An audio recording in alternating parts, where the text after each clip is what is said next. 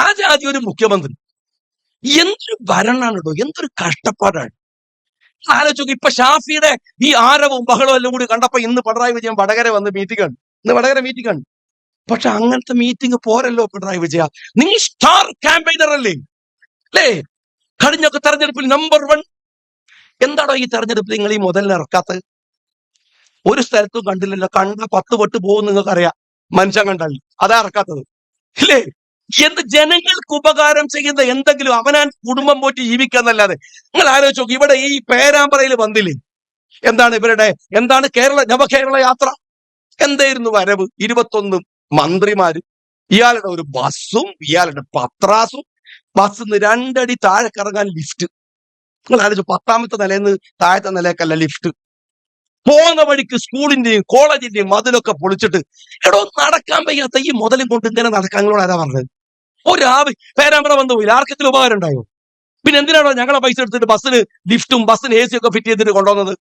എന്തിനാ കൊണ്ടുവന്നത്? എന്നിട്ട് കൂടെ 21 മന്ത്രിമാരും. മന്ത്രിമാരുടെ ഒരു വിനയ കുണാണ്ടന്മാരങ്ങൾ കാണണം. മുഖ്യമന്ത്രിയുടെ പുറകിൽ ഹൗസിൽ മീൻ നടക്കുന്നുണ്ട് നിങ്ങൾ. അത് മാതിരി മുഖ്യമന്ത്രിയുടെ ബാക്കിൽ ഇങ്ങനെ നടക്കുക. മുഖ്യമന്ത്രി നിന്ന് അവിടെ മുഖ്യമന്ത്രി നോക്കിയാൽ തിരിഞ്ഞ് അങ്ങോട്ട് നോക്കുക. എന്താണ് സംഭവം? മുഖ്യമന്ത്രി ചിരിച്ചാ ചിരിക്കും. ഈ ചില മന്ത്രിമാരുടെ തല മുഴച്ചു എന്നാ പറഞ്ഞത്. കാരണം ഇയാൾ ബസ് കയറി വരുമ്പോ അപ്പൊ എഴുന്നേറ്റ് മുകളിൽ തട്ടിയിട്ട്. എന്തൊരു ഭയമാണല്ലോ നിങ്ങൾക്ക്. ഞാൻ ശൈലജ ടീച്ചറോട് ചോദിക്കട്ടെ, സ്വന്തം കേരളത്തിലെ മുഖ്യമന്ത്രി ഒരു നെറികേട് ചെയ്യുമ്പോൾ എന്ത് എന്ന് ചോദിക്കാൻ നാവ് ഉയരാത്ത നിങ്ങളാണ് ഇന്ത്യയുടെ പാർലമെന്റിൽ പോയി നരേന്ദ്രമോദിയുടെ മുമ്പിൽ നിൽക്കാൻ പോണത്. നിങ്ങൾ ആ ചോദ്യം ചോദിക്കാനാണ് നിങ്ങൾ പോണത്. ഒന്ന് തെളിയിക്കുന്നത്. നിങ്ങളെ വായിക്കകത്തൊക്കെ നാവുണ്ടെന്ന് അറിയോ? ഞങ്ങൾ ഷാഫിൻ എന്തിനാ നിർത്തിയെന്നറിയോ? ഇന്ത്യയുടെ പാർലമെന്റിൽ ഞങ്ങൾക്ക് വേണ്ടി സംസാരിക്കാനാണ്. കാരണം അവിടെ സംസാരിക്കേണ്ടത് ഇംഗ്ലീഷിലാണ്, ഹിന്ദിയിലാണ്. നിങ്ങൾക്ക് കാര്യം മനസ്സിലായില്ലേ? പറയാൻ പറയണില്ല. അതൊരു പ്രധാനപ്പെട്ട പ്രശ്നമാണ്.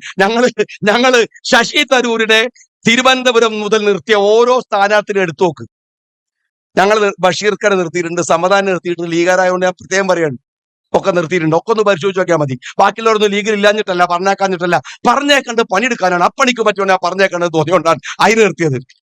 അതുകൊണ്ട് വെറുതെ ഇങ്ങനെ പിണറായിന്റെ മുമ്പിൽ ഇങ്ങനെ നിൽക്കുന്ന മാതിരി നിൽക്കാനല്ല പാർലമെന്റിൽ പോകേണ്ടത്, സംസാരിക്കാനാണ്. അതിന് വായു തുറന്നാൽ പോരാ, സംസാരിക്കുകയും ചെയ്യണം. അതും പഠിക്കണ്ടേ? അതും വേണ്ടേ? ഞാൻ വേറെ ആക്ഷേപമൊന്നും ഉന്നയിക്കില്ല. അതൊക്കെ ഒരു പ്രധാനപ്പെട്ട പ്രശ്നമല്ലേ? ഞങ്ങൾ ഈ തെരഞ്ഞെടുപ്പിനെ കാണുന്നത് എന്താണ്?